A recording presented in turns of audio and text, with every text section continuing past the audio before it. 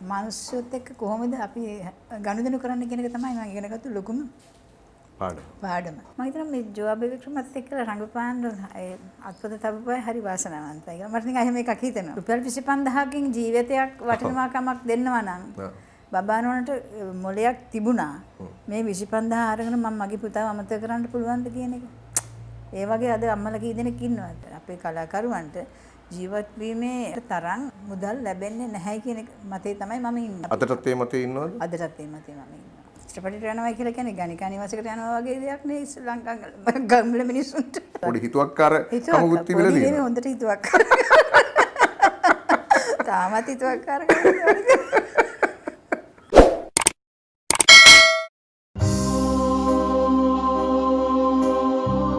Lines and Beyond රාමගත සීමා මායිමෙන් ඔබට ජනක කුඹුකගේ සමග සැරිසරමු.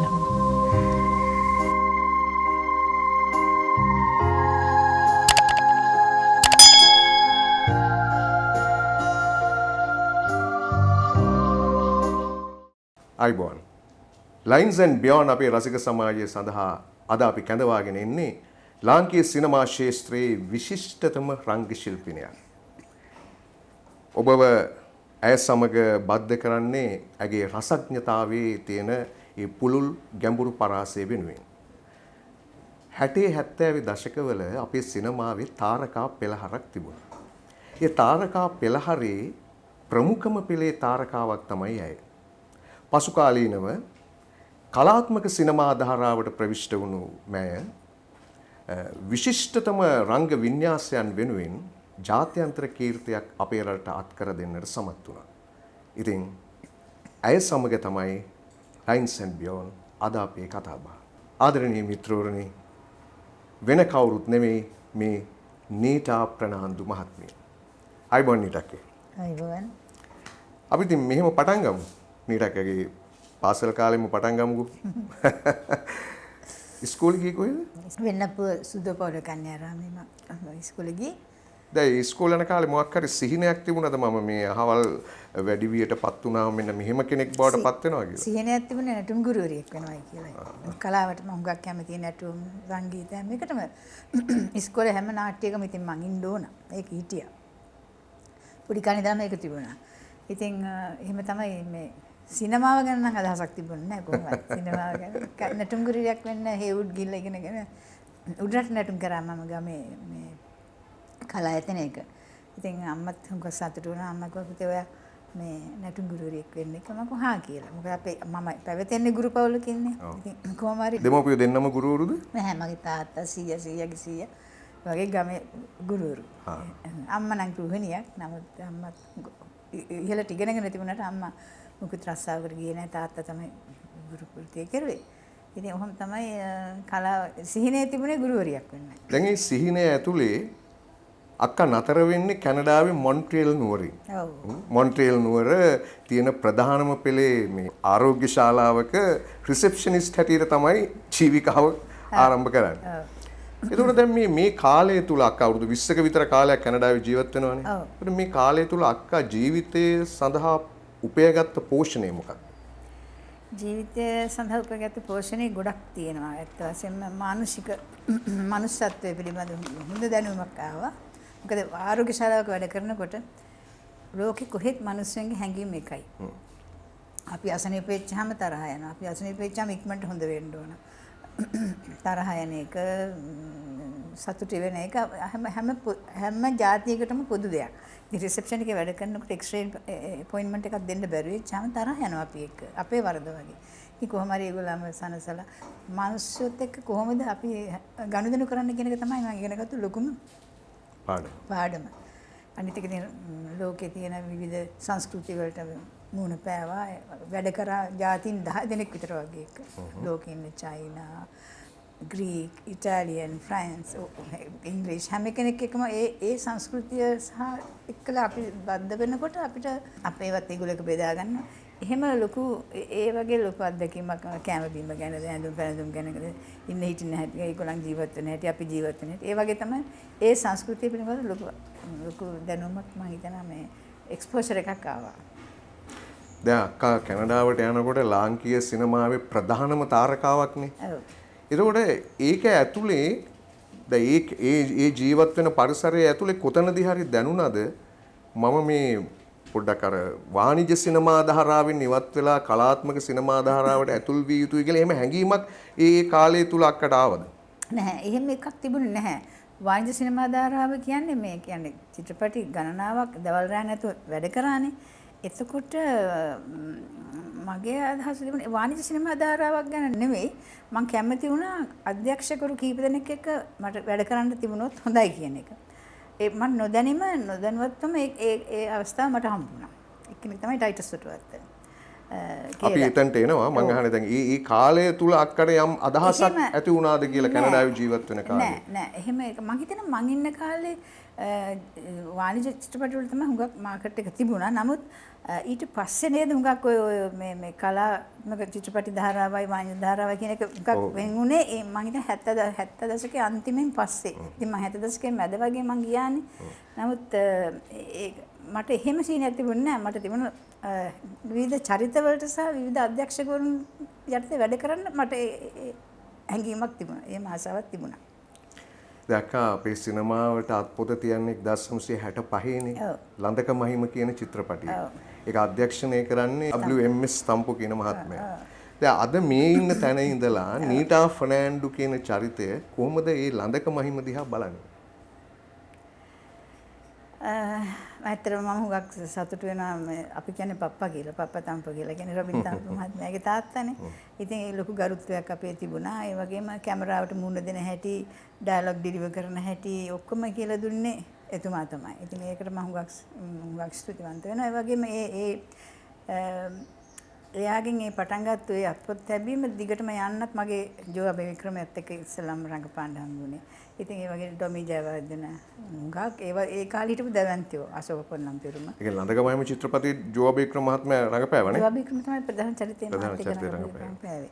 ඒ ගැන කල්පනා කරනකොට මම හිතනවා මේ ජෝවා බේවික්‍රමත් එක්කලා රඟපාන්න ඒ අත්පොත තබපුවා හරි වාසනාවන්තයි කියලා. මට නිකන් එහෙම එකක් හිතෙනවා. මොකද මාළනි මේක කරුවයි කියලා කියන්නේ. දැන් මාළනි හරි වාසනාවන්තයි නේ විදිහට. ඉතින් මම හිතනවා මටත් ඒක ලැබුණයි කියන එක මම ඒ කියන්නේ මහා දැවැන්ත රංග පෞරුෂයක් නේ ජෝවා බේවික්‍රම කියන්නේ නේද අපේ රටේ? ඔව්. ඉතින් මට ඉතින් ඒ ගැන සතුටුයි. කිසිම කියන්නේ චකිතයක් එහෙම ඇති වුනේ නැද්ද ජෝ මහත්තයත් එක්ක එහෙම රඟපානකොට? නැහැ මට මොකුත් එහෙම නෑ. එහෙම දැනුනේ නෑ. නැහැ මොකද පොඩි කාලේ ඉඳලම මම ඔඩියන්ස් එකට ෆේස් කරලා පුරුදුයි. වේදිකාවේ ඉන්න ඕන මම නැත්තම් එහෙම අඬනවා. කියන්නේ මාව නාට්‍යයකට ගත්තේ නැත්නම් ඉස්කෝලේ එහෙම මම බලෙන් හරි ඒකට යන එකක් වෙනවා. ඉතින් නෑ එහෙම චකිතයක් තිබුණේ නෑ. නමුත් හුඟක් දේවල් ඉගෙන ගන්න පුළුවන් වුණා. කැමරා එකට මුහුණ දෙන්නේ කොහොමද? ඩයලොග් ඩිලිවර් කරන්නේ කොහොමද? ඒ වගේ එතන ඉඳලම පටන් ගත්ත ඒවා තමයි අදත් අපි තවමත් දිගටම කරගෙන යන්නේ. දැන් ඒක අක්කට ගෙදරින් කිසියම් තහංචියක් බලපෑමක් ආවේ නැද්ද මේ චිත්‍රපටි වලට ඇතුල් වෙනකොට? මොකද ඒ කාලේ තිබුණානේ මේ කාන්තාවන් චිත්‍රපටි වලට එනවා කියන්නේ මේ කලා ශාස්ත්‍ර වලට එනවා කියන්නේ හරිම ගැටලුකාරී තත්ත්වයක් තිබිච්ච යුගයක් නේද? ආවා. විශේෂයෙන් අම්මගෙන් තමයි ආවේ. මොකක් හරි නෑ දැන් පිරිසකින් ආවා. මේ නෑ පුතේ ඔයා කිව්වා වගේ ගුරුවරියෙක් වෙන්නේ. හොය උඩයන්ට නටුම් ගන්නන්න කියලා. මම කිව්වා බෑ කියලා. අපි සිනමාවට එනවට අකමැති නටුම් ගුරුවරයෙක් වෙනවට ප්‍රශ්නයක් නෑ. නෑ නටුම් ගුරුවරියක් ඉස්කෝලේට ගිහිල්ලා ළමයින්ට නටුම් ගන්නලා. පාසලේනේ ඒක සිද්ධ වෙන්නේ නේද? සිතාචාර විදිහට ගෙදර එනවනේ. ඒකනේ දැන් චිත්‍රපටයට යනවා කියලා කියන්නේ ගණිකා නිවාසයකට යනවා වගේ දෙයක් නේ ලංකාවේ ගම්වල මිනිස්සුන්ට. කියන්නේ ඒ වගේ. ඒ කියන්නේ එහෙම මතයක් සමාජගත වෙලා තිබුණාද ඒ කාලේ? තිබුණා නේ නැත්තම් කියන්නේ නටුකාරියෝ කියන වචනේ නිකන් හිතන්නේ නිකන් ඔය ගම්වල මිනිස්සු කතා කරන විදිහෙන්. ඔව් ඒ කියන්නේ එහෙම නිකන් එළිය සමාජයේ එහෙම අදහසක් තිබුණාද? ඔව් කියන්නේ මේ වලට යන්නේ හොඳ අය නෙවෙයි. ඒ කියන්නේ උගතුන් නෙවෙයි නිකන් එහෙම අශීලාචාරකමක් වගේ නිකන් මේ හුඟක් මේ ඒක මේ නිකන් බොහොම මේ පහත් රැකියාවක් වශයෙන් ගණන් අරගෙන තිබුණේ නේද? ගම්වල තිබුණා ඒක. ඒගොල්ලෝ කියලා චිත්‍රපටි බලනවා. ඒ මිනිස්සුන්ට ආදරෙත් කරනවා. ඒ වුණාට ගමේ කෙනෙක් යනවා නම් කියන්නේ අයියෝ අර චිත්‍රපටි වලට බයිස්කෝප් කියලා කියන්නේ නේ. මගේ නෑදෑයන්ගෙන් එහෙම ප්‍රශ්න ආවා. පල්ලි ස්වාමීට ගිහින් කියලා තිබුණා. ස්වාමී කෝල හියුබර්ට් ගෙදුවට හියුබර්ට්ගේ කැමැත්ත ඔයාගේ දුවවත් ඕනනම් අරගන්න කියලා. ඒ වගේ දේවල් වුණා ඉතින්. මම ඒව ඇහුවේ නෑ ඒ වුණාට. ඒවනම් එම්මාව නවත්තන්න බැරුව ගියා අම්මට. ඉතින් අම්මට උනා පස්සෙන් එන්න මගේ. ඒ කියන්නේ ඒ කාලේ ඉඳලම මේ අක්කගේ කැමැත්තට තමයි වැඩ කරගෙන යන්නේ නේද? පොඩි හිතුවක්කාර කමකුත් තිබිලා පොඩි නෙමෙයි තියෙනවා. හොඳට හිතුවක්කාර. තාමත් හිතුවක්කාර කරන්නේ. අයියෝ. දැන් මම හිතන්නේ දැන් මේ වෙනකොට නම් සමාජයේ එවැනි මේ මතවාදයක් නැහැ. මොකද දැන් මේකට ඇතුළු වෙච්ච පිරිස් බොහොම උගතුන් ඉන්නවා. බොහොම කියන්නේ විශේෂ සම්බන්ධ විශාල දැනුම් සම්භාරයන් සහිත පුද්ගලයෝ ඉන්නවා මේ සිනමා ශාස්ත්‍රයේ. මම හිතන්නේ එවකටත් එවැනි අය හිටියා. නමුත් ප්‍රශ්නේ තියෙන්නේ මේ අර අපේ අර සංස්කෘතික රටාවන් එක්ක තියෙන මේ ඒ කියන්නේ මේ පොඩි ප්‍රාථමික තත්ත්වයන් උඩ තමයි එහෙම මේ සමහරට එහෙම දේවල් සමාජගත වෙන්නේ ඇත්තේ. දැන් එහෙම නැහැ. දැන් හුඟක් ගරු කරනවා. දැන් අපේ ගමේ කෙනෙක් අපේ කෙනෙක් කියන එක හරි ආදරෙයි මට. මම ගමේ මගේ ගමේ අයනේ. ඉතින් හුඟක් ඒවා ඉතින් අපි ඒ විදිහට අපි උපු කරලා තියෙනවානේ. අපි මේ බයිස්කෝප් නටන්න නෙමෙයි අපි යම්කිසි හොඳ සමාජ මෙහෙවරකට ගියේ. ඒක දැන් ඉගෙන ගත්තු අය ඉන්නවා.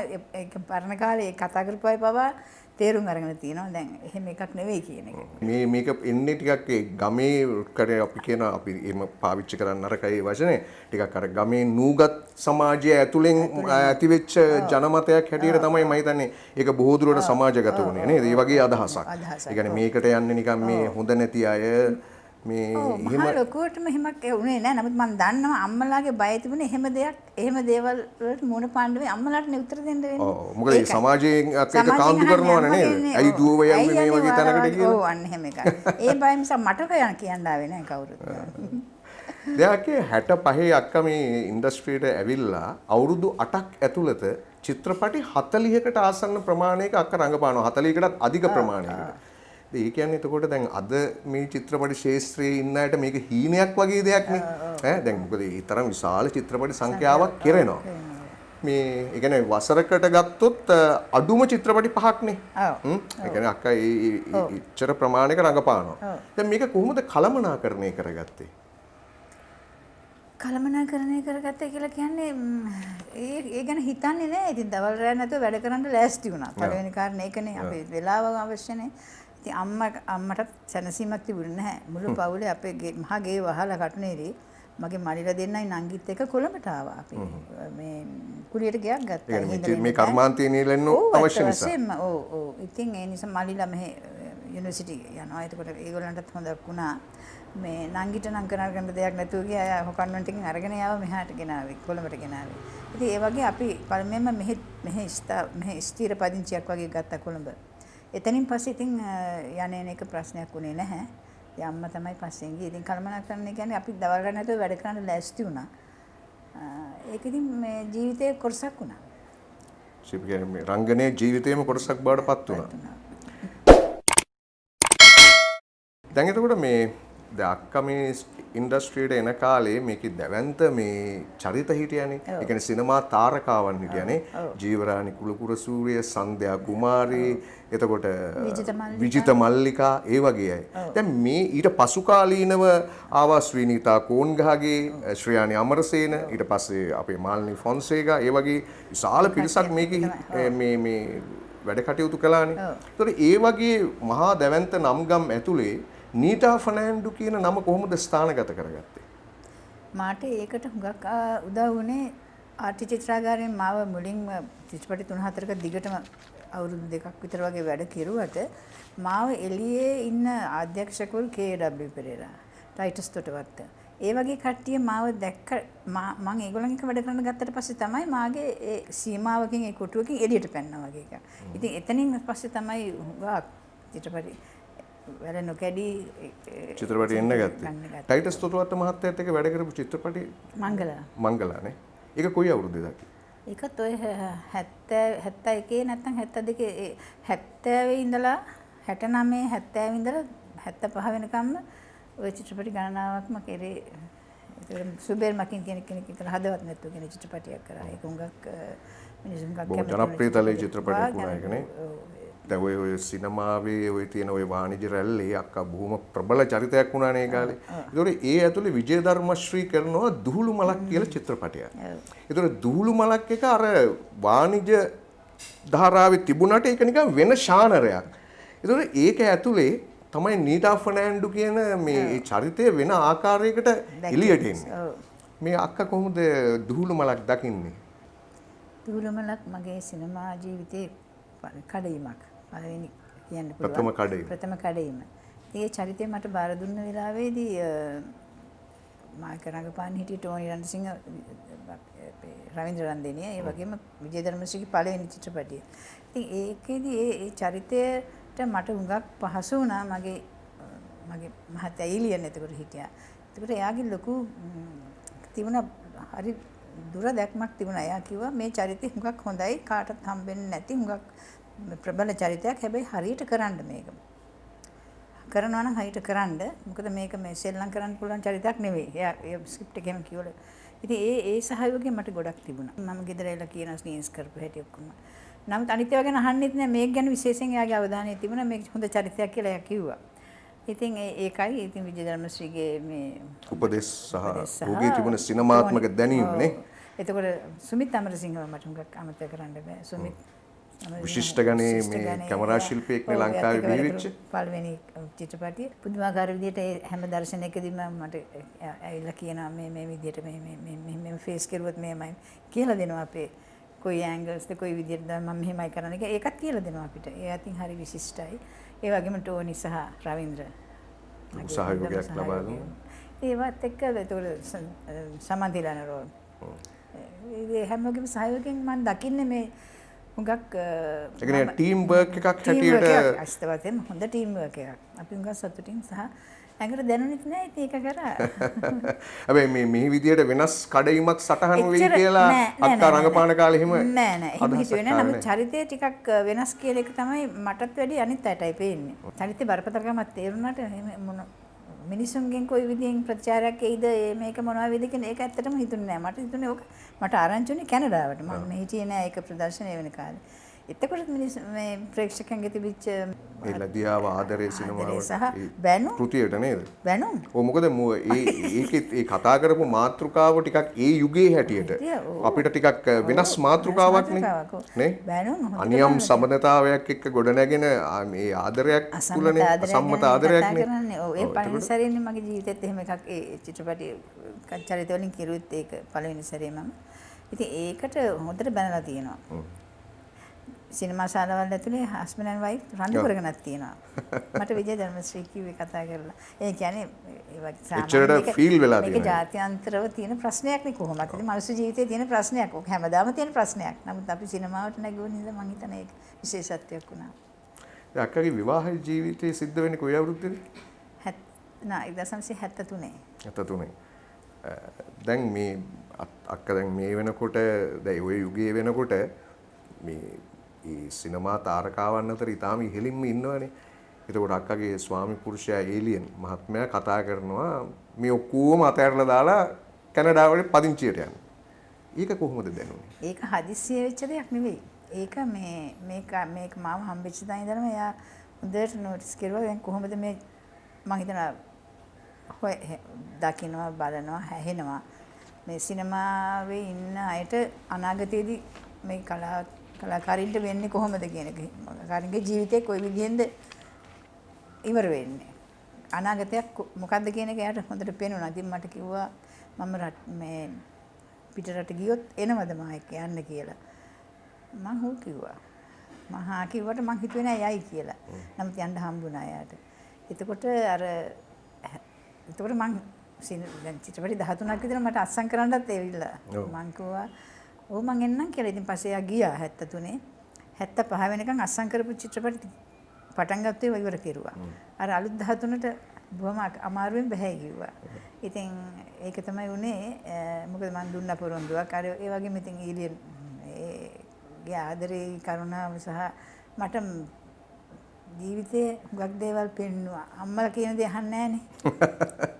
ඊලින් කියන දේ තමයි ඇහුවේ. ඊලින් කියන දේ අහනවා. අහනවා. ඒ මොකද කරුණාවයි එයා දන්නවා ඒක කියලා දෙන්න හැටි.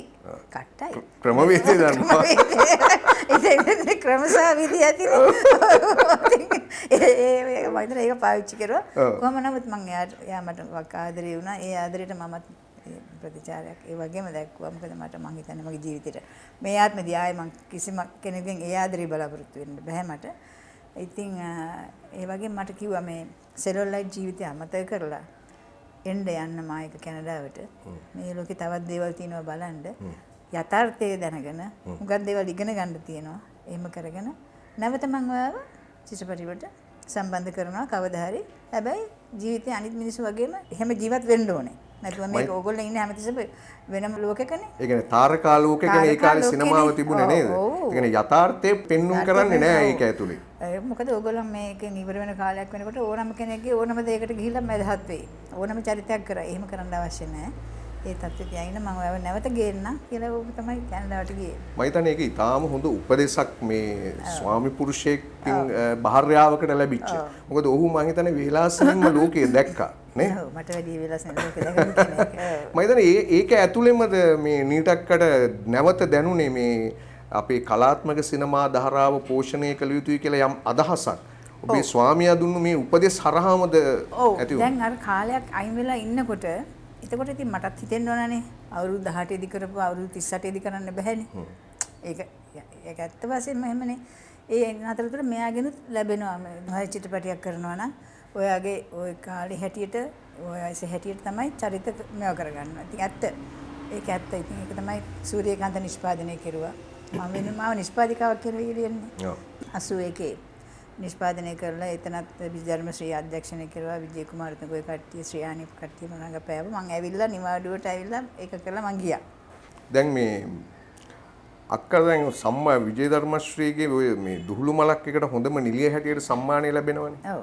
ඒ සම්මානය ලැබෙනකොට අක්කා ඉන්නේ කැනඩාවේ. දැන් කැනඩාවේ ඉඳලා ලංකාවේ ලැබෙන Tamanට ලැබෙන මේ සම්මානය දිහා අක්කා බැලුවේ කොහොමද? ලංකාවේ හිටියනම් මේ වෙලාවේ හොඳයි කියලා වගේ අදහස ආවද නැත්නම්? ඇත්ත වශයෙන්ම තිබුණා. හොඳයි දන්න තිබුණා මොකද මට ලැබෙන පළවෙනි සම්මානය. ඉතින් එහෙම දුකක් තිබුණ නැහැ. නමුත් ආසාවක් තිබුණා. ඒ කියන්නේ ඉතින් දුක්ුනේ නෑ. නමුත් මොකද ඊට වඩා දේවල් ජීවිතේ ලැබෙමින් පැවතුණා. ඒකම තමයි මම මුලදිත් ඇහුවේ මේ අවුරුදු 20ක කාල පරාසය ඇතුලේ අක්කාගේ ජීවිත පෝෂණය කොහොමද කියලා මම මුල්ම ප්‍රශ්නයත් ඇහුවේ. අන්න ඒ හරහා. දැන් මේ විජේධර්ම ශ්‍රී නැවත දැන් අක්කා මතු කළා ඔය සූර්යකාන්ත කියන චිත්‍රපටය ගැන. දැන් නැවත 83 දී මේ චිත්‍රපටයක් අක්කගේ මැදිහත් වීම ඇතුලේ නිෂ්පාදනයක් වෙනවනේ. දැන් අර ඒලියන් කියපු අර කරුණු කාරණා නේ ඒ බොහොම ආදරණීය ස්වාමි පුරුෂයෙක් හැටියට පෙන්වා දුන්නු කරුණු කාරණාත් එක්ක ඔහු ඉඩ දෙනවා නැවත මේ ශාස්ත්‍රයට එන්න. ඒතකොට ඒක හිමින් හිමින්. ඔව්. ඒ කියන්නේ යහපත් නිර්මාණ සඳහා. ඔව්. කියන්නේ මිනිස්සුන්ගේ මනස පෝෂණය කිරීම සඳහා අවශ්‍ය කරන පෝෂ්‍ය පදාර්ථ ටික අක්කට ඕවරාම ලැබෙනවනේ. එතකොට දැන් මේ අක්කගේ දෙවෙනි ගමනේ ආරම්භය සූර්යකාන්ත කියලා මම කිව්වොත් අක්ක එක පිළිගන්නවා. දෙවෙනි ගමනේ ආරම්භය සූර්යකාන්ත තමයි. ඔව්. ඒ වුණාට මම නැවත ගියානේ. ඔව්. එතකොට චිත්‍රපටි ගණනාවක් මට මෙහෙ නැති වෙලා ගියා. ඒ අතරතුරත් මට චිත්‍රපටි ගණනාවක් මේක කරන්න එනවද කියන එක.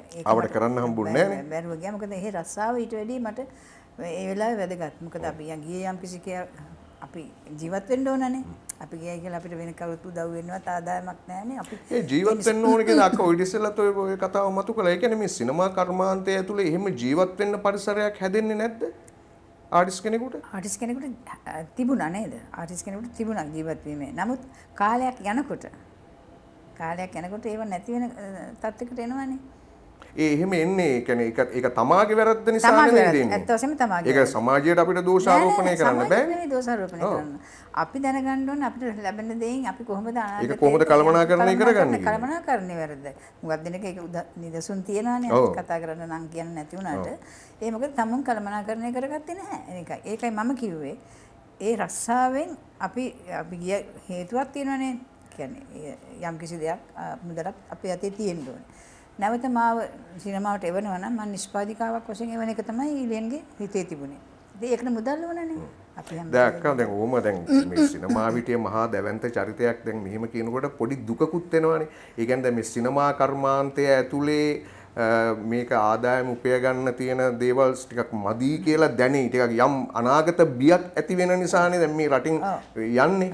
දැන් අපි දැන් ලෝකයේ තියෙන විශිෂ්ටතම වෘත්තියක් නේ මේ රංගන වෘත්තිය. එතකොට ලෝකේ විශාල මිලක් නියම වෙන වෘත්තයක්නේ. නමුත් දැන් මේ අපේ රටේ හැටියට අපිට දැන් මේ අපේ තියෙන ආර්ථික පසුබිම මේවත් එක්ක නිකන් අපිට මේ විශාල මිලක් නියම වෙනවා තමයි. නමුත් ඒක ප්‍රමාණවත් මදි කියන බියක් ඇති වෙනවා අනාගතය සඳහා නේද? හැබැයි දැන් ලෝකේ අනිත් රටවල් වල එහෙම වෙන්නේ නැහැනේ. දැන් අපි බටහිර ගත්තත් ඉන්දියාවේ ගත්තත් ඒගොල්ලෝ වෙන රටකට ගිහිල්ලා වෙන රස්සාවක් කරන්න යන්නේ නැහැනේ. නේ? ඒ කියන්නේ ඒ තරම් ඒ උපයනවනේ අපි කියන්නේ අපි එක චිත්‍රපටයක් ඇතුලේ රංගනය සඳහා ඒ උපයන මුදල මුළු ජීවිතේටම ඇතිනේ. ඔය ප්‍රශ්නේ අහනකොට දැන් මෙහෙම එකක් තියෙනවා. දැන් මම ගියේ සිනමාවෙන් ජීවත් වෙන්න බෑ කියන එක හින්දා නෙවෙයි. ඊලියන් දැක්කා අනාගතයේදී මම මෙහෙම කරගෙන ගියොත් සමහර වෙලාවට එයාගේ තිබුණ හැඟීමක් මට ඉස්සෙල්ලා එයා නැති වෙයි කියන එක. එහෙම එකක් හැමතිස්සෙම කිව්වා. ඇයි එහෙම අදහසක් එතුමාට ආවේ? හැමතිස්සෙම කිව්වා. මං ගණන් ගත්තේ නැතුට දෙකටවත්. මං ඉතින් විහිළුවට කියන්නේ කියලා. මං අහනවා කවදද ඉතින් වය නැතුව යන්නේ කියලා කිව්වා. මේ විහිළු ගන්න එපා. මං අදිසියෙ මං නැතුව ගියොත් ඔයාට තියෙන්න ඕන ඔයා දැනගන්න ජීවත් වෙන හැටි. ওই ටික උගන්නන්න තමයි මාව එක්කගෙන ගියේ. ඒකල සිනමාවෙන් මේ මං කිව්වේ මම ඌමනාවෙන් රස්සාවකට ගියා නෙවෙයි. ඒ ගිය නිසා මට රස්සාවක් කරන්න සිද්ධ වුණා. නිකන් ගෙදරට වෙලා ඉන්න බෑනේ. ඉතින් ඒකයි මගේ එයාගේ වෙනම පර්පස් එකකට. එයාගේ තව වැඩි දුර ඉගෙනගෙන තව එයාගේ දියුණු වෙලා එයාගේ රැකියාවතින් දියුණු වෙන්නයි කරලා ඉතින් රටින් පිට යන එක ඒ දවස්වල ලොකු මේ ආසාවක් තිබුණා ඉස්සරින් නම් පොඩි කාලේ ඉඳලා මෙයාට තිබිච්ච ආසාවක් මට රංගනය වගේ මම හිතන එයාටත් තිබුණා ලෝකේ දැනගන්න ලෝකේ දැනගන්න ඒ නිසා මං කියන්නේ අපේ ආටිස්ලාට අපේ කලාකරුවන්ට ජීවත් වීමේ තරම් මුදල් ලැබෙන්නේ නැහැ කියන මතේ තමයි මම ඉන්නේ මොකද අදටත් ඒ මතේ ඉන්නවද අදටත් ඒ මතේ මම ඉන්නවා අදටත් ඒ මතේ මම ඉන්නවා මොකද කලාකරුවෝ අපි සමාජයට කරන සේවයට අනුව අපේ නිෂ්පාදකවරුන්ට බෑ ඒ නිසි වටිනාකම දෙන්න. ඒ කියන්නේ ඒක අක්කා හිතන්නේ නැද්ද ඒක මේ රට ඇතුලේ තියෙන ආර්ථිකමය ප්‍රශ්නයක් නිසායි වෙන්නේ කියලා. සහ අනිත් පැත්තෙන් ක්‍රමවේදයක් සකස් වෙලා නැතිකම. සකස් වෙලා නැතිකම. ඒක තමයි කියන්නේ. කියන්නේ එන්ටර්ටේනින් බිස්නස් එකක් හැටියට මේකේ මේ එහෙම ස්ථාපිත වීමක් නැහැ රට ඇතුලේ. රංගන ශිල්පීන් සහ ශිල්පිනියන්ට. මේ මං කියන්නේ සින්දු කියන අයට මං කියන්නේ මේ ගායක ගායිකාවන්ට මම දන්නේ නැහැ කොහොමද කියලා. රංගන ශිල්පීන් සහ ශිල්පිනියන්ට මං හිතනවා මේ අපිට ලැබෙන වේතනේ මීට වඩා වෙනස් වූ ක්‍රමවේදයක් සකස් විය යුතුයි කියන එක නේද? ඒ අදහස. මේ මීට වැඩිය ගිහින් පිළිගන්න ඕනේ කියන එකයි ඒ මතේ තමයි මම ඉන්නේ. ඒක ඉතින් ඒක නවත සකස් වෙන්න නම් සමාජ ආර්ථික දේශපාලන වෙනසක් රට ඇතුලේ සිද්ධ වෙන්න ඕනේ කියන අදහසක් අක්කට නැද්ද? රජයෙන් මැදහත් වීමක් තියෙන්න ඕනේ චිත්‍රපට සංස්ථාවේ ක්‍රමවේදයක් තියෙන්න ඕනේ අනිත් එක ආටිස්ලාගේ එකතුවක් තිබිලා ආටිස් ගිල්ඩ් එකක් ගත්තොත් ඒක ක්‍රමවත්ව ගෙනියන්න ඕන. කියන්නේ මෙහෙම කැඩෙනවනේ. යම් කිසි වැඩක් කරගෙන යනකොට කාණ්ඩ කැඩිලා යනවා. ඒකට එකමුතුකමක් එක්සත්කමක් නැති විදිය තමයි තියෙන්නේ. මේ එක්සත්කම කැඩිලා යන්නෙත් අක්ක මේ තියෙන ආර්ථික සාධකත් එක්ක නෙවෙයිද? නේද? එහෙම තැනකට ලඟු වෙනවනේ නේද? මේ එක්සත්කම තියාගන්නත් වෙන සාධක විසින් ඒක විනාශ කරලා දානවා නේ. මොකද ඔවුන් දන්නවා මේ ආර්ට් ෆීල්ඩ් එක යම් කිසි එක තැනකට ආවොත් ඒක විශාල බලපෑමක් අපේ යම් දේශපාලන ශාස්ත්‍ර වලට සිද්ධ වෙනවා කියන එක. නේ මේ යන මේ සිස්ටම් එකේ වෙනසක් ඇති කරන්න පුළුවන් තැනක් තමයි ආර්ට් කියලා කියන්නේ. නමුත් ඒක වෙන්න දෙන්නේ නැහැ. මොකද ඒක වෙන්න දුන්නොත් වෙන ප්‍රශ්නයක් ඇති වෙයි කියන එහෙම අදහසක් මම කිව්වොත් අක්කා ඒක පිළිගන්නවා. පිළිගන්නවා. දේවල් එච්චර කොහොම විසඳුම් තියනවද කියලා මට තේරෙන්නේ නැහැ. නමුත් ඔක්කොම නිකන් අවුලක් වෙලා අවුල් ජාලයක් වෙලා. ඉතින් ඒ නිසාම නෙවෙයිද එක මේ කල්ලි කණ්ඩායම් ඇතුලේ මේ දේශපාලන ශාස්ත්‍රවල අපේම ආටිස්ලා ගිහිල්ලා වෙන තැන්වල ස්ථානගත වෙන්නේ. මම හිතනවා ඒ හේතු උඩ කියලා නේ. ඒ හේතු උඩ තමයි අසරණ වෙනවා ආටිස්ලා. කලාකරුවෝ අසරණ වෙන වෙලාවල් තියෙනවා. ඒගොල්ලෝ යනවා සමුන්ට හිමි තැනක් හොයාගෙන. ඉතින් තමුන්ට හිමි තැනනේ මේ ශාස්ත්‍රය. ඒ වුණාට හරි. ඇයි වෙන තැන් වල අඩිය තියෙන්නේ? ඒකෙන් මදිනේ. ඒකෙන් මදි තව උදව් උපකාර අවශ්‍යයි. ඒකට දොස් කියන්න බෑනේ. ඉතින් උදව් උපකාර මේ අනිත් ශාස්ත්‍ර වල ඉන්න අයටත් අවශ්‍යයිනේ. කලාව වෙනයි. මම හිතන කලාව විශේෂයි ඒකට. කලාකරුවන් මහජනයාත් එක්ක තියෙන සම්බන්ධතාවයත් එක්කනේ මෙතන මේ ඔය ඒක තමයි දැන් කලාකරුවන් කිව්වහම ඒගොල්ලන්ව පබ්ලික් ෆිගර් එකක් හැටියට මේ රට ඇතුලේ හැඳෙන්නේ. ඉතින් ඒ නිසාම තමයි අර කඩාවැට්ටීම සිද්ධ කරන්නෙත් මට හිතන විදිහට. ඒක අක්කා කොහොමද විග්‍රහ කරන්නේ? ඉතින් කලාකරුවන්ව සුඟක් වෙලාවට මේ යූස් කරනවා මේ පාවිච්චි වෙනවා. කියන්නේ ඔවුන්ගේ මේ අර ප්‍රේක්ෂකයන්ගේ තියෙන ආදරේ කලාව වෙනුවෙන්ම විතරක් නෙමෙයි වෙන වෙනත් ඒවලට බෙදිලා යනවා නේ. මම ඒකට කැමති නැහැ. කැමති නැහැ. දැන් 65 අවුරුද්දේ දැන් චිත්‍රපටි 18ක් බිහි වෙනවා මේ රට ඇතුළේ. එතකොට 66 අවුරුද්දේ චිත්‍රපටි 20ක් බිහි වෙනවා. 67 චිත්‍රපටි 21ක් බිහි වෙනවා. 68 චිත්‍රපටි 20ක් බිහි වෙනවා. 69 නැවත චිත්‍රපටි 21ක් බිහි වෙනවා. හරි? දැන් ඊට පස්සේ අක්කම් කාලයක් මේ රට අතහැරලා යනවානේ. නැවත ඇවිල්ලා 83 සූර්යකාන්ත කරනවා. සූර්යකාන්ත නිෂ්පාදනයට දායක වෙනවා. දැන් ඒ වෙනකොට සිනමා කර්මාන්තයේ යම් ආකාරයකට කඩා වැටීමකට ලක් වෙමින් පවතින මුල් යුගයේ. බයක් හිතුන්නේ නැද්ද මේ යොදන මුදල ගැන අක්කට? නැහැ. මේ මම හිතනවා අපි එච්චර ඒ ගැන හෙව්වෙත් නැහැ. අපි ඉන්නේ රිමෝට් කන්ට්‍රෝල් එකක් වගේ නේ මෙතන විජයධර්මශ්‍රී පළවෙනි දුන්නු අපිට මේ දූල්මලකකින් ලැබිච්ච මට ආදරේ සහ ඒකත් එක විජයධර්මශ්‍රීත් එක නැවත චිත්‍රපටයක් කරනවා නම් එයාත් එක කරමු කියන එක තමයි ස්ථාවරේ හිටියේ. එතකොට අපේ මුදල් ලැබෙනවද නැද්ද කියන එක ගැන එච්චරම එළියෙන් හිතුවේ නැහැ. නමුත් යහපත් වැඩක් කිරීමේ පරමාර්ථය නැවතත් අපි යමු. ගිය විදිහම විතරක්වත් ලැබුණොත් ඇද්ද කියන මතය තමයි හිටියේ. ඒ යනු තමයි සූර්යකාන්ත නිෂ්පාදනය වෙන්නේ. දැන් එහෙම කළා ආපහු යනවානේ. ඔව් මාස දෙකක් වැඩ කරලා මං ගියා. ඊට පස්සේ තමයි පෞරවලුවට එන්නේ. දැන් ඔය පෞරවලු හරහා අක්කට මේ ලංකාවේ කෘතහස්තම අධ්‍යක්ෂකවරයෙක් වෙන තරුණ අධ්‍යක්ෂකවරයෙක් වෙන ප්‍රසන්න විතානගේ මුණ ගැහෙනවානේ. ඒක අක්කගේ සිනමා ජීවිතයේ වෙනස්ම කඩයිමක් හැටියට සටහන් වුණා කියලා මං කිව්වොත් අක්කගේ පිළිගන්නවා. ඒක හරි. ඒක තමයි වෙනස්ම කඩයිමක් වුණා දෙවෙනි. ඒකෙන් තමයි මං හිතනවා මගේ ඊලියන්ගේ තිබිච්ච මේ මම වෙනුවෙන් තිබිච්ච ආදරේ සහ මං මේ සිනමාව අතහැරලා ගිය එකට එයාගෙන් ලැබෙන්න තිබිච්ච ලොකුම තෑග්ග පෞරවල්ලු. ඒක තමයි මොකද එයා මං ජාත්‍යන්තර සම්මානයක් ගන්න පුළුවන් වුණා. ඒ වගේම ප්‍රසන්න එයාගේ කාර්ය හරියට ඉෂ්ට කරා. ප්‍රසන්න කිව්වනේ ඊටකගේ සිනමාවේ දෙවෙනි ගමනට මම වග කියනවායි කියලා. ඉතින් එයා දෙවෙනි ගමන කියලා කිව්වේ පෞරවලු වලට. ඇත්තම ඔය ඇහුවා වගේ පළවෙනි එක දූළුමල. නෙමෙයි මේ සූර්යකාන්ත මම නිෂ්පාදිකාවක් වශයෙන්. ඔව් නිෂ්පාදිකාවක්. නමුත් මම නැවත ආපහු අවුරුදු ගාණක් ගියානේ. ආවේ නැහනේ. ඊට පස්සේ තමයි පෞරවලු වලින් පස්සේ තමයි දිගටම ආපහු මෙහෙ නතර වෙන්න තරමටම ආවේ. ඉතින් ඒ නිසා ඒක තමයි තියෙන ලොකුම මේ විශේෂ කඩයිමක් කියලා කියන්න පුළුවන්. දැන් අක්කට දැන් මේ පෞරවලු හරහා ජාත්‍යන්තර සම්මානයක් ලැබෙනවනේ. ඔව්. ඒක ගැන පොඩ්ඩක් සඳහන් කරන්නකෝ. පෞරවලුගේ වයලගේ චරිතෙටනේ මට සිංගප්පූර් 11 වෙනි සිංගප්පූර් ජාත්‍යන්තර සම්මාන වලදී මට ඒ වයලගේ චරිතෙට තමයි ලැබෙන්නේ. එතකොට මෙහෙන් මමයි ඊළඟ විතරයි ගියේ සිංගප්පූර් අපි මේ ලංකාව වෙනුවෙන් රිප්‍රසන්ට් කරන්න නිර්දේශ වෙලා තිබුණානේ. ඉතින් අර එදා හවස ඒ හොටෙල් එකේ යට තමයි හෝල් එකේම තිබුණේ. එදා උදේ එළියට අසනීප වුණා. එයාට ඇඳෙන් නැගිටින්න එපා කියලා ડોක්ටර් කිව්වා. මොකද මේ පොඩ්ඩක් බෙල්ල මොකක් හරි ප්‍රශ්නයක්. ඉතින් මම කිව්වා මම යන්නෙත් නැහැ කියලා. දැන් අපි ගියේ ඒකටයි. මම යන්නෙත් නැහැ කියලා කිව්වා උඩලට. පස්සේ මං බෝඩ් ඔෆ් ඩිරෙක්ටර්ස් එතෙන්ට ගිහලා කිව්වා මට අද හවස එන්න හම්බෙන්නේ නැහැ. මේ මෙහෙමයි කියලා. එතකොට කිව්වා අනේ කමක් පොඩ්ඩකට හරි එන්න ජාතික ඇඳුම ඇඳගෙන එන්න. මොකද හැම ජාතියක්ම නියෝජනය වෙන නිසා ඔයාලගේ ජාතික ඇඳුම ඇඳගෙන එන්න කිව්වා. මම ඇත්තටම ඔසරියක් ලෑස්ති කරනවා ගියේ. මම අකමැත්තෙන් කොහොම හරි පටලවගෙන ගියා. මොකද ඊට නෑ යන්න ඕන ඔයා යන්න කියලා. අනපේක්ෂිත විදිහට තමයි මේක නිර්දේශ වෙලා දන්නවා.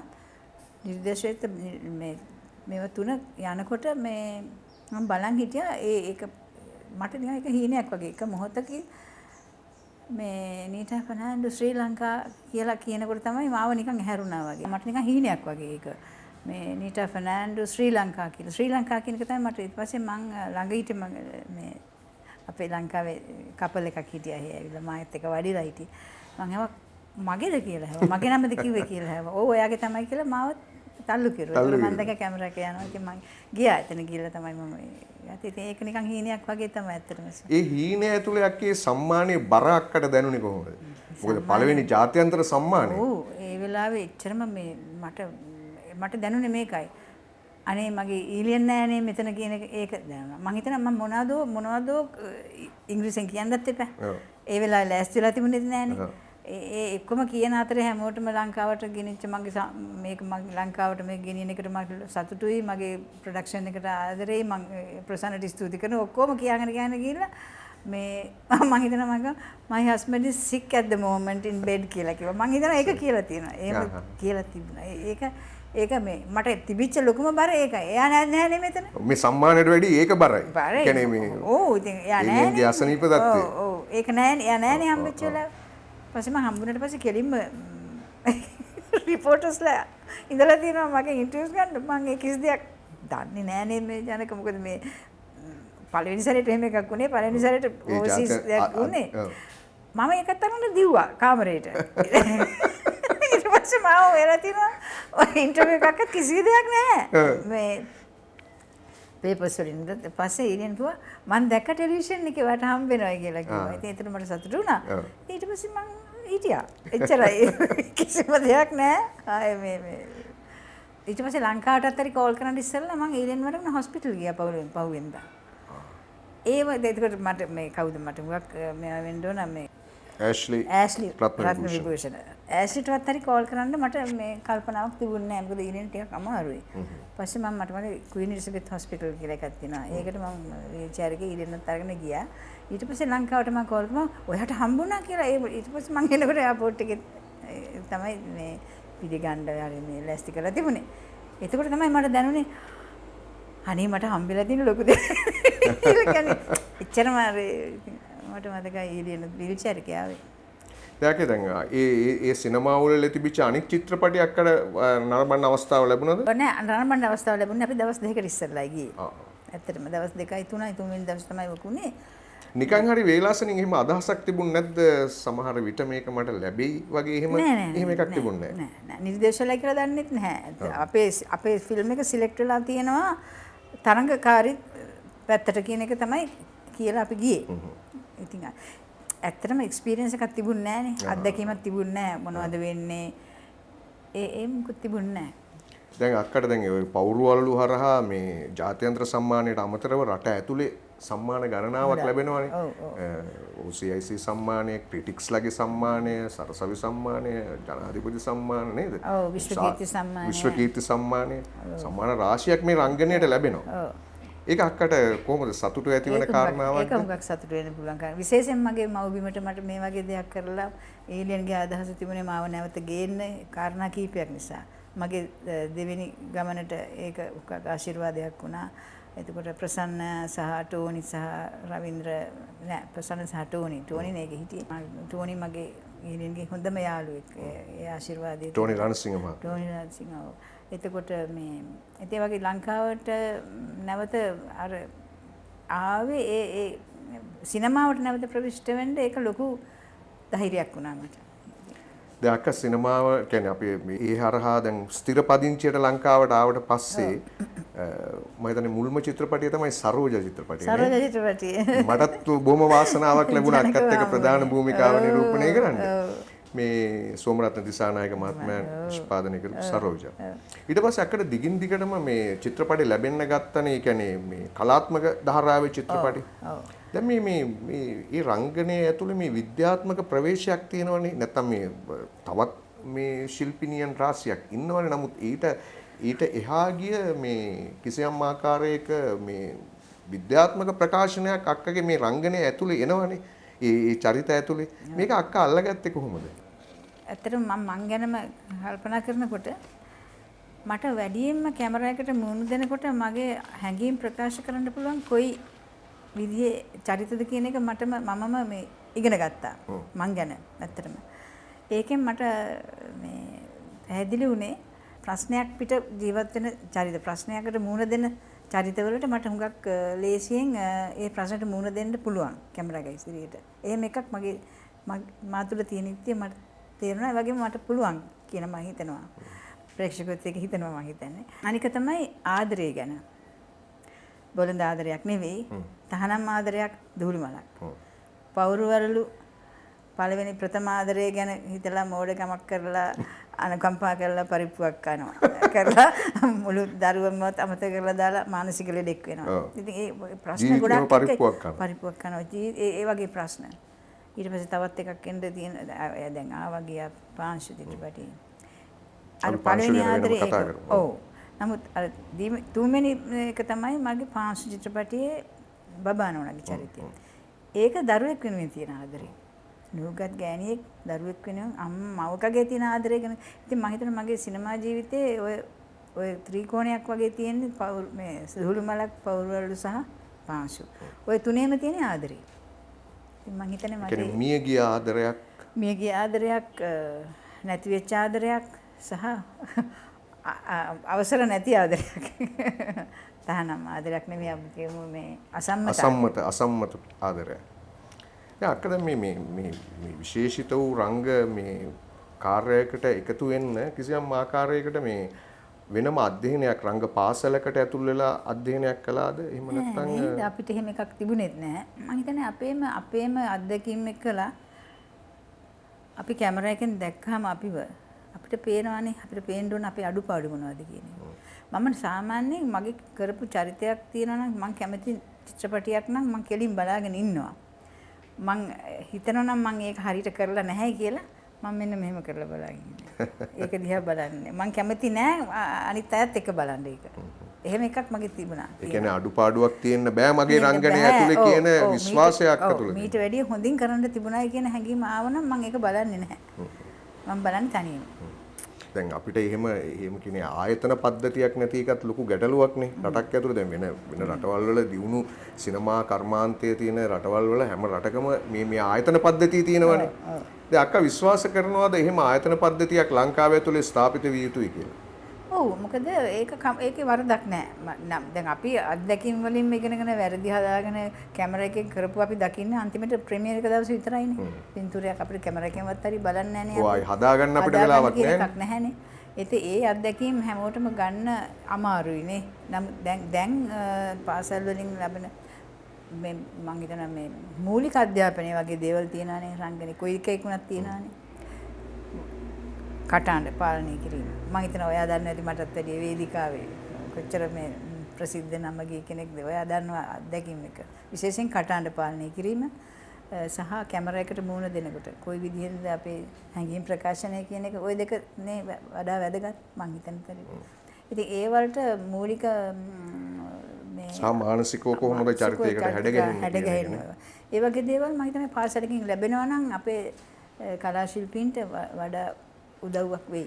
වඩා විද්‍යානුකූල තත්වයකට පත් වෙන්න පුළුවන්කම ලැබෙයි කියන විශ්වාසයක් ඇති තියෙනවා නේ. දැන් අක්කව මේ වර්තමාන රසිකයක් දැන් මේ දිනවල කියවන්නේ පාංශු කියන චිත්‍රපටයත් එක්කනේ. දැන් පාංශු කියන චිත්‍රපටයේ මේ බබානෝන කියන චරිතේ කුල පීඩණයට ලක් වෙච්ච තමන්ගේ දරුවා තමන්ගෙන් ගිලිහෙච්ච දරුවව පැහැරගෙන ගිහිල්ලා තියෙනවා. ඒ වෙනුවෙන් යම් අරගලයක නිරත වෙන චරිතයක්නේ. අක්කා කොහොමද මේ බබානෝනව දකින්නේ? ඒ චරිතේ අභ්‍යන්තරය කොහොමද දකින්නේ? බබානෝනව දකින්නේ ඒක මේ මම හිතනවා විසාකේස චන්ද්‍රසේකරගේ හිතේ තිබුණ ගැහණියෙක් තමයි බබානෝනා. ඒ බබානෝනා කවුද කියන එක මට ඉස්සෙල්ලාම විසා පෙන්නුවා. පෙන්නුවේ මේ රූප මාධ්‍යයෙන්. එයා ඇඳගෙන ආවා ස්ටෝරි බෝඩ් එකක් මට කතා කරලා. ඒ ස්ටෝරි බෝඩ් එකේ හැම ඉරියව්වක්ම බබානෝනා නැගිටින හැටි, ඇවිදින හැටි හැම ෂොට් එකක්ම ඒ ස්ටෝරි බෝඩ් එකේ තිබුණා. ඒකට මට નિરાයසෙන්ම බබානෝනා කියන්නේ කවුද කියන එක ආවා හිතට. ඒ වගේම ඩෝබි ගෑණියගේ චරිතයක් කියන එකට මට අලුත් දෙයක් උනේ නැහැ. මොකද අපේ ගම් වල පොඩි කාලේ අපේ ගෙවල් වල හිටියා ජුලි නැන්දා කියලා අපි කියන්නේ. එයා රෙදි හැට්ට ඇඳලා ඔය පොට්ටනිය ඔළුවේ තියාගෙන එනවා. බාම්බිම වාඩි වෙනවා, රෙද්ද එලනවා, කැලි ගණන් කරලා දානවා, අම්මා ලියනවා, කතා කරනවා. ඒ වගේ ඒකත් මතක් වුණා මට. ඒකට වැඩියෙන් ඒක එකක්. ඒ බාහිර පෙනුම. නමුත් විසාගෙන් මට ලැබිච්ච ඒ අභ්‍යාසය කියන්න පුළුවන්. ඒක ඇරුණාම මේ සති දෙකක් විතර වගේ ෂූටින් වලට ඉස්සෙල්ලා සතියකට වගේ ඉස්සෙල්ලා සති දෙකකට වගේ ඉස්සෙල්ලා අපේ මේ වැඩමුළුවක් තිබුණා. හැම චරිතයක්ම එයාට මේකයි මෙහෙමයි පේන්නේ අපිට කොහොමද පේන්නේ කියන එක අපෙන් ක්වෙස්චන් කරනවා. ඒ වගේ හොඳ අභ්‍යාසයක් තිබුණා. එතකොට නිරායසෙන්ම බබානෝන කියන්නේ කවුද ගම් පළාත්වල ඉන්න ලෝබි ගෑණියෙක් ඒ වගේම ඒ කාලේ තිබිච්ච මේ ව්‍යසනය පිළිබඳව 88 89 කාලය මම නොහිටියත් 71 මට මේ අත්දැකීම පොඩ්ඩක් තිබුණා. මගේ මල්ලි කෙනෙකු පොලිසියෙන් අරන් ගියා. ඔය දැන් දකුණේනේ 88 89 එන්නේ. එතකොට උතුරේ මේක 83 ඉඳලම සිද්ධ වෙනවනේ. මම නෑ මේ නමුත් අපි ඇහෙනවා අපිට ඇහෙනවනේ වෙන්නේ නමුත් ඒ sannivedanaye තියෙනවනේ මොකද්ද රට ඇතුලේ සිද්ධ වෙන්නේ කියන එක සම්බන්ධව. 71 අත්දැකීමක් තිබුණා මේක. මගේ පවුලේ මගේ මල්ලි වරන් ගියා. මගේ අම්මා කොහොමද මල්ලිගේ ගෙනිච්ච ජීප් එක පස්සේ දිව්වේ කියන එක මට මතක් වුණා. 71 දකුණේ අරගලේ වෙනවා. ඔව් අපි දන්නේ නැහැ ඇයි කියලා අය වරන් ගියේ. ඒකට කොළඹ මේ 71. ඒකට මට අර චිත්‍රපටි ගොඩක් තියෙන කාලේ. ඉතින් ඊට පස්සේ ආව මොකද එයාට උනේ නැහැ මොකද හිරේ හිටියා. ඉස්කෝලේ යන ගමන් පන්ති ගිහිල්ලා. අපේ මේ පන්ති පහට සම්බන්ධ වෙනවා. අපේ සුදු පුතා මේ බස් එකේ කොළ බෙදනවා වගේ. පාංශුවේගේ. ඉතින් ඔකත් වරදක්ද මේ ලොකුවම කියලා අහන්නේ අපි අනිත් රවි කියන එක්කනේ. ඉතින් ඒ වගේ. ඉතින් ඒ වරදක් කරලා නෙවෙයි. නමුත් ඉතින් ඒ වාතාවරණයේ අම්මා විඳපු දේත් මට හිතට ඇතුළාන්තයේ තිබුණා.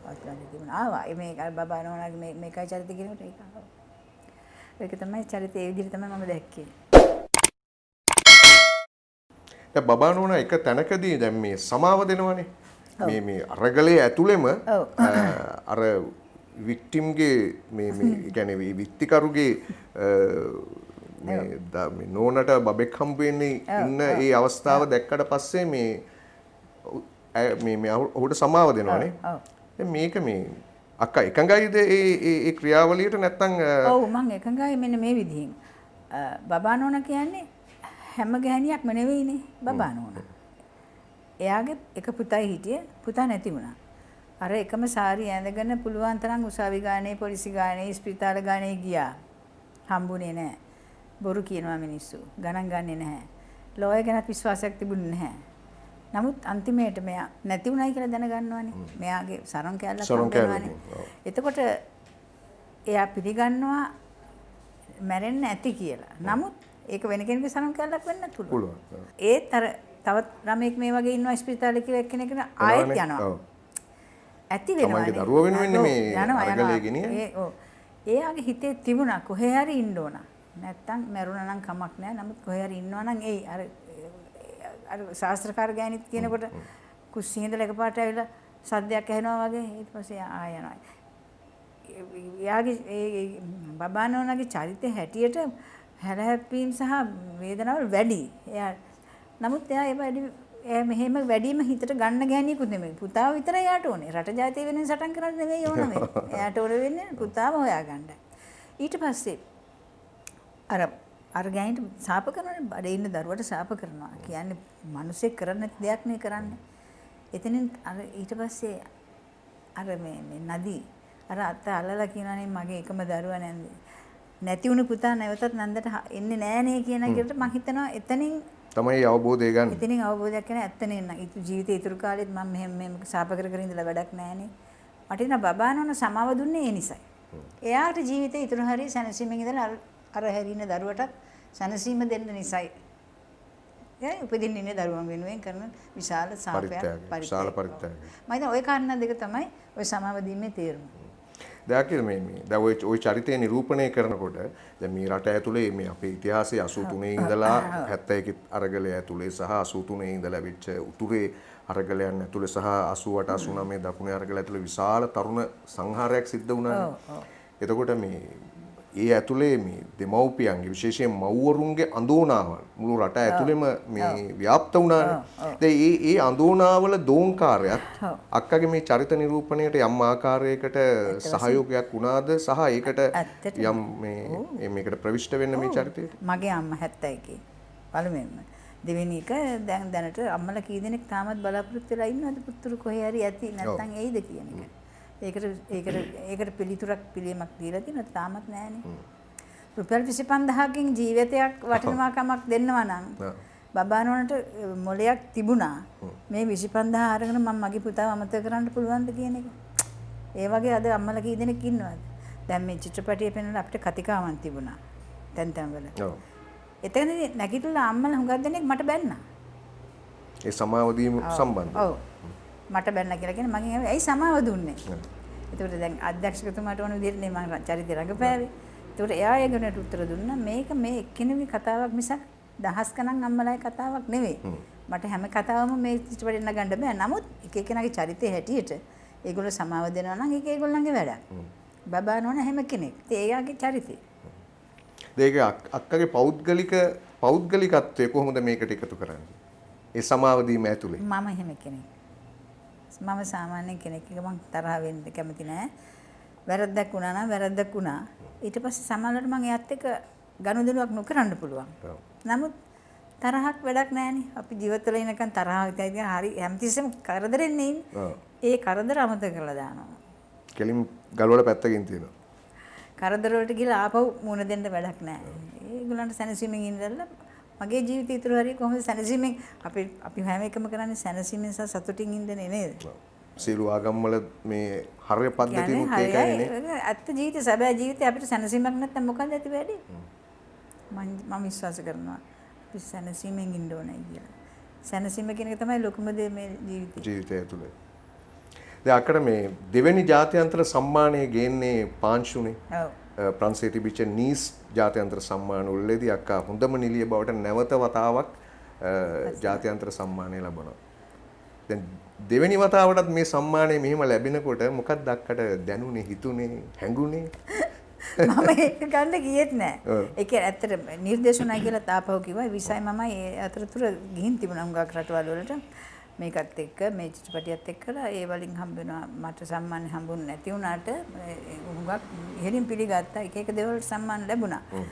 නමුත් මේ ප්‍රංශයට යන කාලේ විසාටත් මටත් යාගන්න විගක් තිබුණේ අපි යන්න හිතුවෙත් නෑ. ඊට පස්සේ විසා කෝල් කරලා කිව්වා ඊට ඔයාට බෙස්ට් ඇක්ට්‍රස් හම්බෙලානේ මේකේ කියලා කිව්වා මේ නීස් වල. එතකොට දැක්ක දන්නේ. ඔව්.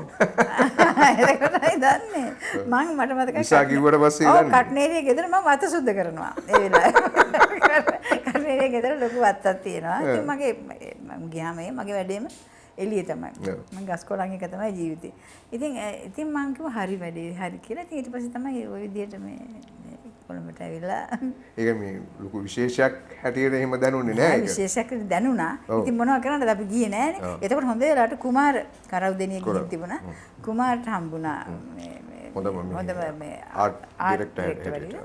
එයා මං වෙනුවෙන් වේදිකාවේ ගිහලා මේ දෙකම අරගෙන ආවා. ඉතින් අනේ යාට ස්තුති කියනවා. නැත්තම් සමහරවිට ඔය හම්බුනට අපිට එවන්නේ නෑ. දැන් අපි දන්නවා දැන් ලෝකේ බොහෝ නළු නිලියන් සිනමා නිර්මාණයකට දායක වුණාට පස්සේ ඔවුන් එන්නේ වේදිකාවට.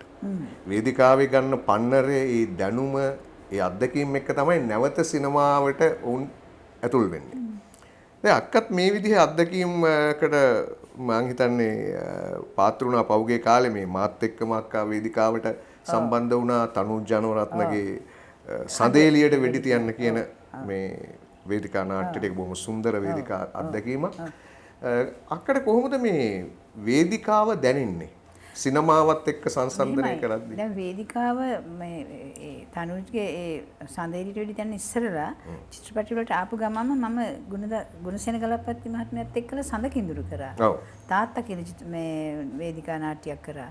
එතකොට කවුද මේ මම වේදිකා නාට්‍ය කීපයක මම ඒව රංගනයෙන් දායක වෙලා තිබුණානේ. මම හරි කැමතියි. වේදිකාව කියන්නේ හරිම මම හරි මාසෙ මොකද ඉස්කෝලේ කාලෙත් පොඩියෙන් හරි සුළුවෙන් හරි වේදිකාවෙනේ හිටියේ. ඉතින් වේදිකාවට එන එක මට ලොකු සතුටක් දැනුණා. නමුත් චිත්‍රපටි ගන්න වැඩි වෙනකොට මට වේදිකාවට වෙලා තිබුණේ නැහැ. නැත්තම් මම යනවා ආපහු. මම පුංචි තියටර් එකෙත් කමලදර ආරච්චි මමයි කරා ඉංග්‍රීසි ඩ්‍රාමා එකක්. ඇමරිකාවෙන් ආපු ප්‍රොෆෙසර් කෙනෙක් තමයි ඒක ඩිරෙක්ට් කරුවේ. මේ නාමල් වීරමුණිගේ ඒ වගේ. ඉතින් ඊට පස්සේ තමයි මේ සඳේරිට වෙඩි තියන්න ඔයත් එක්කලා හම්බුනේ. ඒක හොඳ ඩ්‍රාමා. දැන් ඔය තරුණ පරපුරේ කණ්ඩායම් කතා කරේ දැන් නීතක්කා වගේ කෙනෙක් ඒ දීපු කැපවීම, ඒ සහයෝගය සහ ඒකට දක්වපු ඒ කියන්නේ ඒ කෘතිය වෙනුවෙන් කරපු ඒ කාර්යභාරය ගැන බොහොම ඇගීමකට ලක් කළා ඒ වැඩ කරපු පිරිස් පවා. ඒක ඇතුළේදී මම හිතනවා ඉඩකඩ ලැබුණොත් නැවත වතාවක් අක්කගේ අදහසක් තියනවාද වේදිකාවකට පය තියන්න ආපහු? මම කැමතියි. දැන් ඉදිරියට අපේ සිනමාව හුඟක් අපි මේ සිනමාවත් එක්කලා අපි හුඟක් බිසි වෙයිද අපි දන්නේ නැහැ. මම ඇත්තටම කියනවා නම් වේදිකාවට කැමති මේ හුඟක් කියන්නේ හවසට ගිහිල්ලා ප්‍රැක්ටිස් කරලා ඒ චරිතවල ඒක නිකන් මට නිකන් මානසික ලොකු මේ සතුටක් දෙන එකක්. සහ අධ්‍යාපනයක්. ඔව්. මුදල් බලාපොරොත්තුවට වැඩි තියෙන එතන මේ ඒ චරිතවල තියෙන මම හිතන වේදිකාවට හරි විදිහට යනවා නම් දැන් ඔයගොල්ලන්ට තියෙන අත්දැකීම තරම් මට නැහැ. නමුත් මම හිතන කටහඬ පාලනය ඒවට මට වෙයි ඉගෙන ගන්න. දැන් මම වේදිකාව ගැන කතා කරපු නිසාම අක්කයන් අහනවා මෙන්න මෙහෙම එකක්. දැන් අක්කට කොහොමද දැනෙන්නේ දීර්ඝ කාලයක් මේ ශාස්ත්‍රගතව හිටපු කෙනෙක් හැටියට ලංකාවේ මේ රසවින්දන මට්ටම කොහොම තැනක තියෙනවද කියලාද හිතෙන්නේ? වේදිකාවට හුඟක් දෙනෙක් ආදරෙයි. වේදිකාවට හුඟක් අය මේ මමත් ඇතුළුව මට වේදිකා නාට්‍යයක් බලන එක ඇත්තටම මේ චිත්‍රපටයක් බලනට වැඩිය වෙනම රසවින්දනයක් තියෙනවා. මම දැන් හුඟක් දෙනෙක් ඉන්නවා. වේදිකා නාට්‍ය කොයි ආකාරයෙන් හෝ වේවා. සමහරවිට විහිළු එකක් වෙන්න පුළුවන්, සමහරවිට සීරියස් එකක් වෙන්න පුළුවන්, සමහරවිට එක විදිහේ මේ වේදිකා නාට්‍ය කොයි එකටත් හරි මම වේදිකා නාට්‍ය වලට වඩා හුඟක්ම ආදරෙයි, කැමතියි. දැන් මම ඇහුවේ දැන් කිසියම් ආකාරයකට දැන් යහපත් නිර්මාණ වලට කලාත්මක ධාරාවේ නිර්මාණ වලට තියෙන රසවින්දන ප්‍රමාණයේ තත්ත්වය කොහොමද දක්වා විග්‍රහ කරන්නේ? රසවින්දන ප්‍රමාණය මම හිතනවා කලින් ප්‍රේක්ෂකයන්ට වැඩි දැන් හුඟක් ඉන්නවා මේ ඒ වගේ කලාත්මක දේවල් සහ යහපත් කියන දේවල්ට රස විඳින්න පුළුවන් ප්‍රේක්ෂකයන් කියලා. විශේෂයෙන් මම හිතනවා අපේ තරුණ පරපුරත් හුඟක් මේ මම හිතනවා ඒකට පුරුදු වෙලා තියෙනවායි කියලා. ඉතින් හොඳ නිර්මාණ රස විඳින්න හුඟක් දෙනෙක් දැන් පුරුදු වෙලා තියෙනවා. තරුණ පිරිසක් එහෙම ඉන්න එකත් මම හිතනවා අපිට අවශ්‍යයි ඒක. දැන් අකල් දැන් ඔය සිනමාවට දැන් පහුගිය කාලේ යම් මේ කඩාවැටීමත් එක්ක ප්‍රේක්ෂකයෝ ටිකක් අඩු වුණානේ. දැන් මේ කොවිඩ් තත්ත්වයත් එක්ක තවත් ඒක වර්ධනය වුණා. දැන් අක්ක චිත්‍රපට නිෂ්පාදිකාවක් හැටියට මේ තත්ත්වයට කොහොමද මුහුණ දෙන්නේ? නිෂ්පාදිකාවක් හැටියට දැන් මගේ චිත්‍රපටි දෙකක් තියෙනවා. තේජා සහ සුවර කියන චිත්‍රපටි දෙක නිෂ්පාදනය කරලා නිෂ්පාදනයට මම දායක වෙලා තියෙනවා.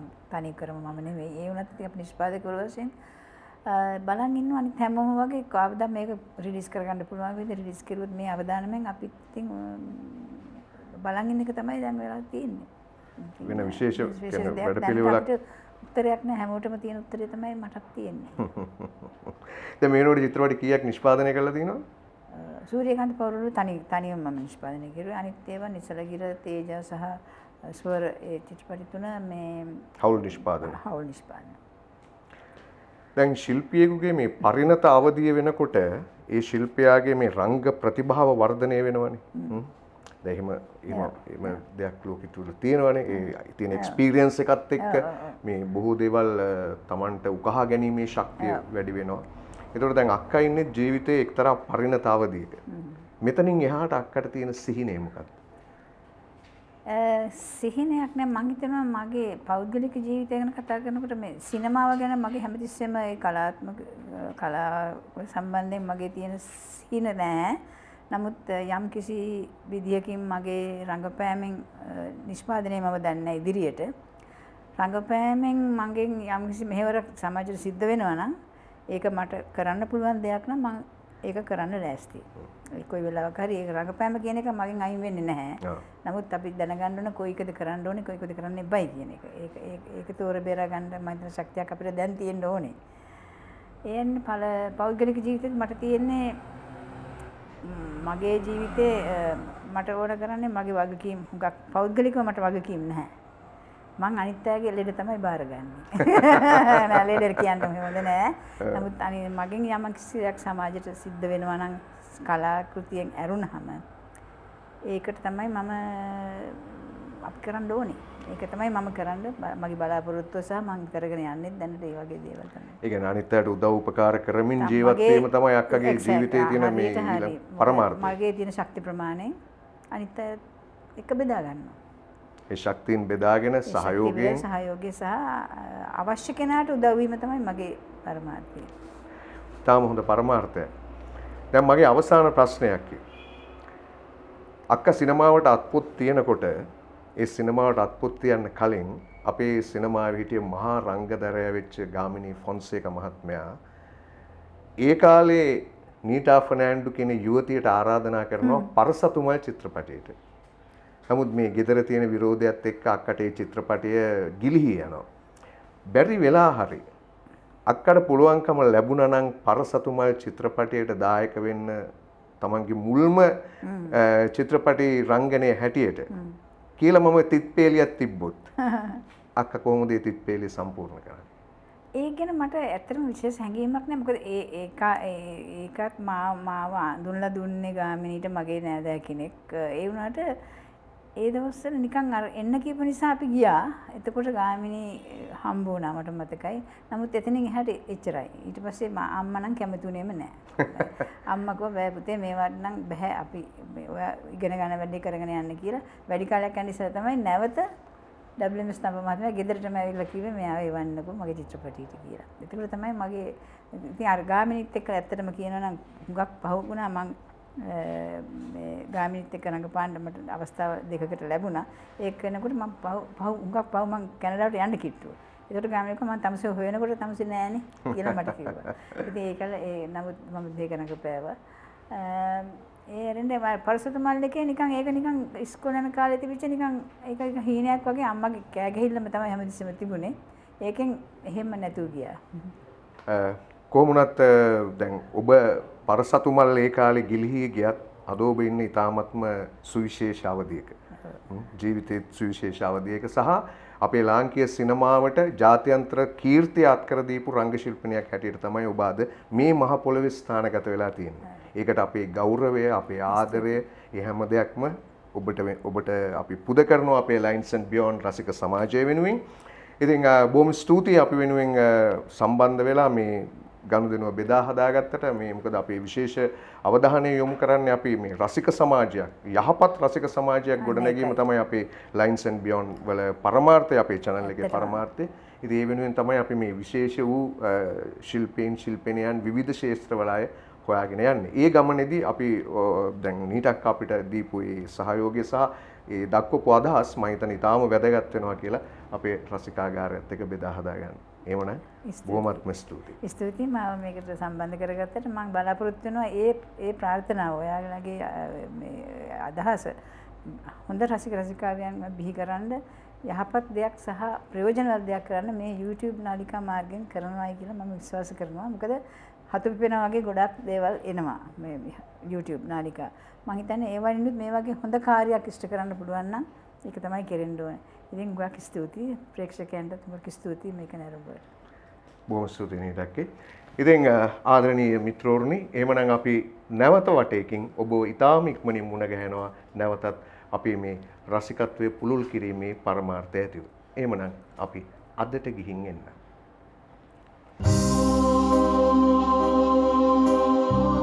Lines and Beyond රාමගත සීමා මායිමෙන් ඔබට ජනක කුඹුකගේ සමග සැරිසරමු.